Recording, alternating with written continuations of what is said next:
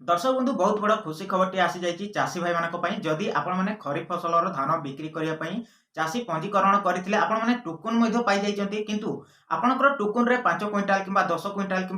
50 quintal आपणकर जिते भी आसीथिबो सही हिसाब रे आपण मैंने धान बिक्री करथांती किंतु आपण मैंने ताठू अधिक धान बिक्री करि पारंतिनी आपण मैंने बहुत असुविधार सम्मुखीन होउतिले जेते भी चाषी भाई माने थिले आपणकर टोकन रे जेते भी आसीथिबो धान धरि नियंतु 5 क्विंटाल हो कि 10 क्विंटाल आपण मैंने सेतिकी ही बिक्री करि पारुथिले आपण मैंने अधिक बिक्री करि पारु नथिले एणिकी आपणकर टेंशन खत्म हो जाइछि आपण मैंने अधिक धान बिक्री करि पारिबे देखंतु अपडेट मध्ये आपणकर आसी जाइछि जदि आपण माने खरीफ फसलर धान बिक्री करिया पई चाषी पंजीकरण करथिले आपणकर टोकन मध्ये पाई जाइछन्ती किंतु आपण माने अधिक धान बिक्री करि पारु नाहंती तेबे देखंतु आपणकर एई अपडेट मध्ये आसी जाइछि एई अपडेट टिकु चालंतु प्रथमे जानि नेबा तापर मु आपण मानकु पूरा डिटेल्स रे बतैबी तो सेति पई वीडियो टिकु शेष पर्यंत देखिबे पूरा डिटेल्स रे जानि पारिबे ता सहित चैनल रे जदि नुवा विजिट करचन्ती वीडियो टिकु लाइक करनेबे चैनल को मध्ये सब्सक्राइब करनथिले एबे ही सब्सक्राइब करकी पाखरे थिबा घंटी चिन्ह को भी ऑल रे सिलेक्ट करके रखिबे काहेकि ना आगो को एमती आपण मानक पई नुवा नुवा अपडेट नै कि आसीबी तो मु जते बेले भी आपण मानक पई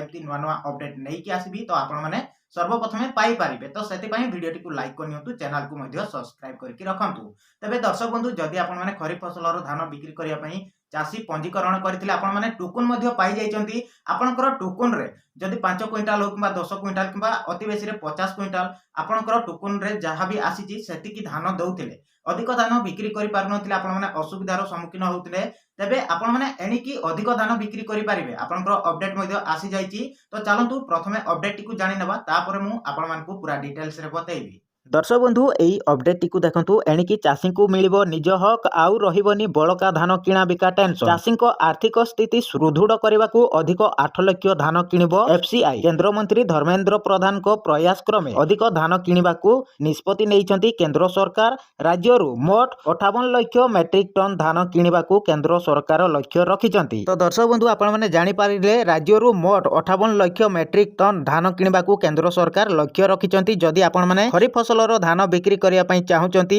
आपनकर टोकन रे जेते भी धान आसीतबो ताकू देईकी आपण माने जदि अधिक धान बिक्री करिया पई चाहुचंती ताहले आपण माने अधिक धान मध्य बिक्री करि पारिबे तेबे दर्शक बंधु संपूर्ण अपडेट कोन रहिछि चलंतु पूरा डिटेल्स रे जानि नेबा तो सेति पई निहाती भाबरे वीडियो टिकु शेष पर्यंत देखंतु आपण माने पूरा डिटेल्स रे जानि पारिबे दर्शक बंधु देखंतु खरीफ फसल पई धान किणा लक्ष्य को 40 लाख मेट्रिक टन रु वृद्धि करी 47 लाख मेट्रिक टन करा जाईछि सेही परी रबी फसल पई एही लक्ष्य को 10 लाख मेट्रिक टन रु वृद्धि करी 11 लाख मेट्रिक टन रखा जाईछि एनेई केंद्र मंत्री धर्मेंद्र प्रधान को पत्र लेखि अवगत जणाइचंती केंद्र खाउटी व्यापार खाद्य एवं साधारण बंटन मंत्री प्रह्लाद जोशी गत अगस्त 4 तारिख रे प्रह्लाद जोशी को भेटी ए संपर्क रे आलोचना करिथिले मंत्री धर्मेंद्र प्रधान देखंतु दर्शक बंधु ओडिसा रे खरीफ ऋतु एवं रबी ऋतु पई उषुना चाउल उठाण सह निर्धारित लक्ष्य ठारू अधिक धान संग्रह करिया पई आलोचना करिथिले धर्मेंद्रଙ୍କ प्रतिश्रुति रक्षा करी एबे अधिक धान किनिबाकू केंद्र प्रस्तुति चलाउची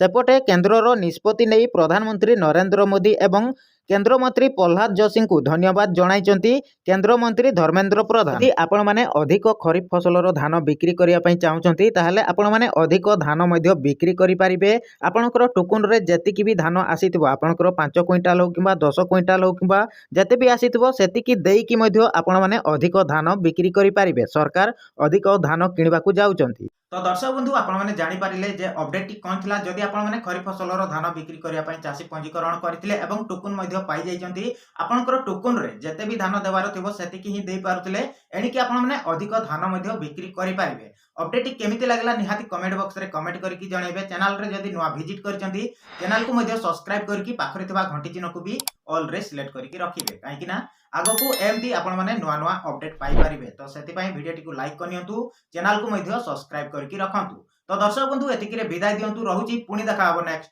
वीडियो रे।